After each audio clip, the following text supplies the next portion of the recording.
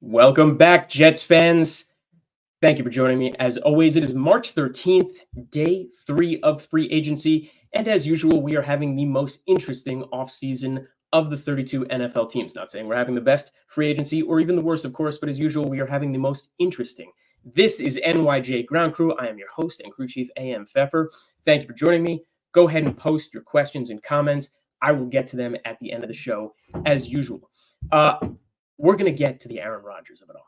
We are going to get to the Morgan Moses, Thomas Morstead signings. We're going to get to the apoplectic response from everybody, especially Twitter ablaze on the Javon Kinlaw contract. We're going to talk about all that. But before we do, I want us to keep our eye on the prize. Focus for a moment on who's left in free agency, what that means to us, and where we need to be. Yesterday, at the end of the show, I put up everybody who's still left that might matter for us today. We're going to start that way, and I'm going to bring it up right here. Here, who is still available on the market. We're going to talk a little bit about this, get into them each one by one. Right off the bat, the offensive line. Now, some of these names should be mitigated off the bat. The Morgan Moses signing takes a few of these names off the board. We're going to get to that. But there's certainly still a pressing issue, whether it's done now at left tackle or through the draft. Tyron Smith. I think all of us at this point are really homing in on this guy. It's amazing that he's still out there on the market. There's a reason that he is. He's probably looking at just 2 or 3 teams who are going to pay him through the nose. We can and probably should and might be one of them, taking a risk on his injury history, what he's going to cost, but locking him up for 2 or 3 years at this point probably makes the most sense, especially after we went after Simpson at a really good cost, and Morgan Moses is only costing us $5 million. His guaranteed money already been paid by Baltimore, and we've got 1 year left on his contract. Tyron Smith is where it's at. Trent Brown's another name we should be looking at. It's over, and he's not going back to New England. I bet we're looking at him as well, and it's always nice if we could take somebody from a rival like that. Jonah Williams should be off the board, and I'm going to take him off by tomorrow, certainly. He's a right tackle. Pencils really only as a right tackle, especially how poor he was his first few years as a left tackle, but had a great year as a Bengal last year as a right tackle. Well, we don't need him anymore, so I don't think we're looking his way. Donovan Smith, a very interesting name. 8 great years down in Tampa Bay. One, well, let's call it like it is. More of a mediocre year over in Kansas City. There's a reason they're probably moving off him as well, but I would consider taking him. I mean, as a stopgap or for what we need, yeah, I mean, we've got to be looking at him. I'm just wondering what it would cost to do so. Bakhtiari, probably a better option, even with the failed physical. He has an unbelievable history if he can come back, and certainly he has the rapport with Rodgers, who, again, we're going to talk about shortly. But, yeah, I mean, more than likely, we're going to be looking his way and see what we can get for him, and maybe he'd come in and be part of this team. But we should absolutely be homing in on offensive tackle right now, no doubt about it. Guard, still possibility. I mean, the only other option here is we know AVT. We don't know where this guy lands. Said it yesterday, going to say it again. Please, Elijah Vera Tucker, begging the regime over at One Jets Drive, never move off of guard again. Play that right guard position. Don't be one of the tackles. You got hurt playing a tackle 2 years in a row. Season-ending injuries. You get a third, and it is over. The career is done, my man. Kevin Zeitler, not yet signed back in Baltimore, but probably will. I mean, think about it. We've already taken 2 guys from them. It would be unbelievable if we took a third. But we've got Simpson. We've got Morgan Moses now. They're probably moving around some of the cap space so they can bring him back. Dalton Risner took to social media himself, wondering where everybody's at. Why has nobody come and got me yet? I'm a starting guard. I should be paid like a starting guard. You probably should, but you're also maybe pricing yourself out of the market doing something like that. Hopefully we're not looking at him, but if we did, that would really mean AVT is going to be the left tackle, and we'd still get another guard, which would be a very interesting combination in itself. Just showing you what's available. Real quick before we move over to those wide receivers, safety, still a position in need. We know it. 2 huge names still out there in the market. Doubt we're going to pay for either one of those guys. I just wanted you to know that they're there, certainly, and maybe we'll go and pull somebody else. I'm still hoping we get Ashton Davis. I think a lot of Jets fans are. You go back and look at what he did last year. Big moments at big times at the end of the game on a few of those games. Plays special teams very well. Certainly a guy who can come in and play the actual position of, as needed, especially in the free safety position. If something's not going right with Tony Adams, I would love to see him back on the team, certainly at a lower price tag, which is what JD seems to be all about these days. And there's a reason that he is, okay? And we should probably talk about it now. And a lot of fans out there are just PO'd that he is not spending the money, not opening up the purse. Guess what? We're strapped. Nobody wants to think about that, but we really are. And we're going to talk about the dead money in a little bit, but it is huge. We are 6th in the league in dead money. When he first took over this job, he was so good the first 2 years, putting no dead money on the books. And now we have massive amounts of dead money this year, and we can't go into 2025 with that dead money hit. Why? You got Garrett Wilson and Sauce coming up to their big years and their contract years. You're going to pay both of those guys. You're not going to lose them to free agency. You can't take on more dead money, and you can't tie up on massive contracts across the board. You probably have one or two guys you could do that with. And that speaks to a Tyron Smith, and you're already into your quarterback for what you're into. Everybody else, you've got to really play fast and loose so you can get those two guys in long-term contracts is why we're not doing it, and why we're not overpaying for a wide receiver, why we haven't jumped into this. I mean, look, Calvin Ridley a few hours ago just made $23 million a year. I mean, laughable. Everybody was looking at that contract. So, like, guys, you should have just kept A.J. Brown. Everybody knows it. Now you ended up all the way the circuitous route, ultimately to get Calvin Ridley, who's now 29 years old and, missed a full year of football and wasn't exactly a massive standout, though he was pretty good on the Jacksonville Jaguars last year. And then the Deontay Johnson of it all. Jets fans are extremely upset that we missed out on Deontay Johnson. Two things going on here that you got to consider, and everybody should remember. Number one, I think there's a little bit of correct smoke and fire. You can combine both of them when the Steelers said they didn't want to trade him within conference. I believe that. I think they wanted him out of the AFC completely. And obviously that includes the Jets. So getting him over to Carolina, fine. That's a good place for you. The compensation was right. We all knew it. We'd like to have seen it. But one thing we know about Joe Douglas, especially with our wide receivers, he's a high character guy. Everybody in the locker room, he doesn't want one bad apple. I'm not saying Deontay Johnson is a bad apple. You haven't heard it from me, but some of the things he's done in the past, some of the fights he's had with his own quarterback, a few of the things last year, that just doesn't speak to who Joe Douglas is. It made no sense to have brought him over and made him part of the culture, especially when you're trying to change the culture month by month, year by year. So who's left here? A couple big names, I've highlighted him who have now jumped into the mix. Tyler Boyd's still a great option for us. He would fill a huge need if you have him in the slot doing what he does. Xavier Gibson was good. He came out at the end of the year, all that. But Tyler Boyd's a really, really strong, good player. You can see his production tick back to what he was in those years 4, 5, and 6 over in Cincinnati, doing some great things if we brought him over, obviously, hopefully on a good contract. Marquise Brown, a really interesting name. The man can still fly. He's still young. Okay. Lazard, but again, he's not really penciled as a wide receiver too. You still got to figure that out. But if you have Brown and Lazard as 3 and 4, absolutely flying down the field, bomb after bomb after bomb that Rodgers could be throwing to them, that's going to be hard for defenses to cover. You always want to take that top off the defense. We know Josh Reynolds, an interesting name out there, big target. Odell Beckham Jr. Hey, I could see it this year. I could absolutely see it for half the money that he got last year, and he might just do it on a 1-year deal this time around. But Hunter Renfrow pencils as somebody good. I mean, he's a nice compliment if it wasn't Tyler Boyd, certainly. Mike Williams, this is the big name. Hey, Calvin Ridley just got $23 million.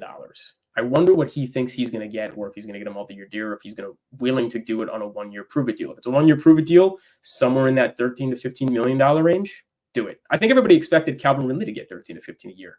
Wow, was everybody wrong? But Mike Williams is probably, with his injury history, worth the $13 to $15 million. He really pegs as a wide receiver too. That's what we need. I mean, more than anything else. I want Tyler Boyd. I want Hunter Renfrow. I'm sure you do too. But we need a wide receiver too more than anything else. T. Higgins, don't spend the capital. Please don't spend the capital. Cortland Sutton, spend the capital if the capital's right. And then ultimately moving down the list on edge. I think we still need an edge. And some of these guys might shake out our way. One of those 3 guys might shake out our way. I don't think you can put Kyle Van Noy on the level of Clowney and Young, obviously. But at the same time, you never know. Clowney is notorious for waiting deep into July and August before he does his negotiation and shows up in a camp somewhere, has for the past couple of years. It might just be the Jets' turn. He would be an amazing third option for us if it comes our way, especially after losing Huff. Okay, taking this out, bringing me back on screen here, let's talk about the Morgan Moses signing. A couple of things, because there's a couple of things going on here with him. It's 1 year. So let's talk about this. Back in 2021, okay, we got him on a 1-year deal. It's $3.6 million contract. And at the time, I kind of remember Twitter being ablaze with the idea of, like, is he a hybrid starter? Is he a swing tackle? Is he our insurance? And obviously, he ended up doing what he did at right tackle for us and playing decently, certainly. And then we ultimately let him walk. A lot of people were upset about that, myself included. I thought it was worth bringing him back after he had played pretty well for us at right tackle. And we all know what the last few years have looked like without him. But it's just amazing how we thought about him only a few years ago. He gets a 3-year contract for $15 million down in Baltimore. He fulfills the first 2. The guaranteed money's been paid. We're going to pay him $5 for this year, which is absolutely worth it, especially how he grades out and our position in need. I mean, Joe Douglas, everybody's complaining about how this guy doesn't free agency, but wow, when he wants to make a trade, he wins yet again. This was seriously one of the better trades we've seen in quite some time across the league, let alone for the Jets. It's awesome. All right. Because the way it feels landing this guy, it's like Forrest Gregg, Jackie Slater, Darren Dierdorf all in one. that's how we're all looking at this now, that Morgan Moses is back in the building, and it feels pretty good. But he is 33 years old. He's the same as Tyron Smith, interestingly enough. And, he's not 30 anymore. And we were looking at him a few years ago when he was 30, on the wrong side of 30. So you've got to take that into consideration. But for the 1 year, he's a good stopgap. This should not preclude us from taking a tackle. I still hope we trade down in the draft. Okay. Again, please, guys, your comments, your questions, they're welcome. I want to get to them at the end of the show. So go ahead and throw them up there and we'll talk about it. Otherwise, it's just a lot of me talking. But I would like to say I still want us taking the tackle over anything else in the draft. I always wanted us to trade down to begin with. This gives us the opportunity to do that. Okay, if we can recoup on that second rounder and trade down to somewhere between 12th to 16th, and we're still going to get one of those good right tackles who we need for the future, especially if we sign Tyron Smith and throw that money at him, that would be a successful offseason, no doubt. We're going to figure out the wide receiver room somehow, some way. That's got to come together. But the offensive line, we know what a mess it's been. This would be huge for us. One thing jumps out at me, though. What is going on with Baltimore that they can just get rid of guys as they can, just rotate through? I mean, we've already taken 2 of them on our team. I mean, who do they have left? Have anybody thought about that? Because I want to go through it. You got Ronnie Stanley over at left tackle, who they've paid, okay? Tyler Linderbaum at center, who's fantastic. We probably should have taken him ourselves a few years back when he was available in the draft. But on the rookie contract still. You got now your right tackle, and I'm going to obscure his name, so apologies, Daniel Falali, I think out of Florida State when he came out. He's now their right tackle. He's on a rookie contract, and he takes over from Morgan Moses. They're probably going to pay Kevin Zeitler. That's where they're going to throw their money. But they had to get under the cap. This is what it is. But think about that. That's a great offensive line. They're doing, and they could pencil in whoever they want now at left guard and still be great because you've got Derrick Henry, you've got Lamar Jackson. That goes a long way. Interesting what they're able to get away with and do down there while we are always struggling to figure this out. But hopefully by bringing in 2 of their guys, will make a big difference for us, certainly. Morgan Moses, good to have you back, no doubt. The Javon Kinlaw contract. I mean, again, it's like everyone is out of their minds about this contract, as if we just paid the Trumaine Johnson contract again, or just something so egregious. Guys, this is a 1-year deal. One year. There's no dead money coming. And again, that's what we're talking about with dead money. And I think, to really bring home that point again on the dead money, like, well, Aaron, what are you talking about? How much are we really on the hook for? What does being 6th in the league look like? And again, don't forget, Garrett Wilson, Sauce Gardner, you got to pay these guys. Laken Tomlinson, $10.7 million in dead money. CJ Uzomah now, who is officially off the team as of just an hour ago, $5.9 million. Carl Lawson, $5.8 million. Dwayne Brown, $4.7 million. Jordan Whitehead, $3.3 million. We're paying him to go back to Tampa Bay. McCole Hardman, yes, the much beleaguered McCole Hardman, who couldn't be any tougher on us out there in social media and what he's doing. We're paying $2 million in dead money against our cap. Okay. To just think about what his name is, Quentin Jefferson, which is interesting because he's the superfluous, combination to what Kinlaw is, right? We paid him $7.25 million, 6.9 of it guaranteed for Kinlaw. Everybody's up in arms, but this is what it is in the league. You've got to remember this is first round pedigree. This is kind of what you're dealing with. And yeah, he does pencil in as potentially running with he's certainly a 2. He's certainly going to be over Solomon Thomas if we bring him back. But that's where he is. He's going to line up opposite Quinnen. Lecky Fotu now at nose tackle. You're going to be rotating him in. He's really a 1 or a 2. That's what you're expecting from him. At a healthy year last year, he did play well in the second half of the year. So we'll see what it is. It's not a good contract. I'm not defending the contract necessarily. I'm just saying it's nowhere near as bad as everybody thinks it is, or that we're supposed to be throwing money at everything else. Again, this is really about the fact Douglas has to look at what the dead money cap is for this year and make sure that is not part of what we're looking for in the future when you've got to pay 2 or potentially 3 big stars, right? We've got a couple other guys who are going to be coming up in Jermaine Johnson, especially if he continues his ascension, some cornerstones. Breece Hall's going to want money in a couple of years. All of this. I mean, how many of these guys do we get to keep? Do we want to keep? Yeah, well, it starts here. So this is what it looks like. We may have overpaid a little bit for him, but it's nowhere near Just to put in perspective, what we overpaid for CJ Mosley a couple years ago was ridiculous how much we paid him. As much as I've loved the guy, as well as he's played, as good of a captain and teammate that he's been, he's making $17 million this year. And we had to do that because we had to keep restructuring his contract to keep him on the team or to do what it is. That's a huge number, okay? But if we post-designate him a June 1st cut, it's another $4 million in dead money. And you know what? Don't be surprised if and when that happens. We might be losing CJ Mosley to make room for somebody else. That's the way that it goes. Okay, moving on to fan favorite, Thomas Morstead. He is back. We know. I think we're all excited about that. $5 million. Another multi-year deal. Another multi-year deal, when I say that, for a special teamer. We did the same for Greg DeLay. Good to know we don't have to worry about what's going on next year as well. Even if these guys are more middle of the pack, if they're not top 10 guys at their positions, just don't be below 15 to 18, and we'll be just fine. We'll all be happy you're on the team. Special teams, of course, we know wins games. We just don't want it to lose games for us, no doubt. So happy Morstead's back. Fan favorite, a lot of fun. Let's end with this. Aaron Rodgers. Because where it stands as of now, which is, 6:45 Eastern time, we just heard a CNN report painting a pretty ugly picture about this guy. Floating Sandy Hook conspiracy theories in private conversations. Weird story to float out there. Weird thing to even say behind closed doors, private conversations. Not like he's ever stood in front of a microphone like Alex Jones did and say what he did. But, you never want to hear these things. He hasn't addressed the RFK rumors, not once today. Hasn't come out in front of his teammates, in front of the fans, in front of the ownership who's paying him multi-millions of dollars and said, hey, don't worry about it, guys. I'm not running for vice president of the United States and certainly not going to win, but I'm not doing these things. Hasn't said any of this. For whatever reason, he wants to be a lightning rod, which is fine to a point. Personally, I'm never one to expect that any of these guys are role models like we all want them to be. I personally don't care when a guy like Rodgers looks foolish lying about his vaccination or, getting himself in trouble with what he said about Jimmy Kimmel. This is never a thing for me. None of this is endearing, of course. If he was on another team, I would look at him and be like, really wouldn't care about him. But when he puts on the jersey and the lights go on, I'm still going to root for the guy, right? We all are, to a point. Just want to say that again. And we're starting to pick up pace, getting a little closer to that point because he's the face of the franchise after all. I don't expect him. I'm sure a lot of you don't expect him to be role model either, but he is the face of the franchise.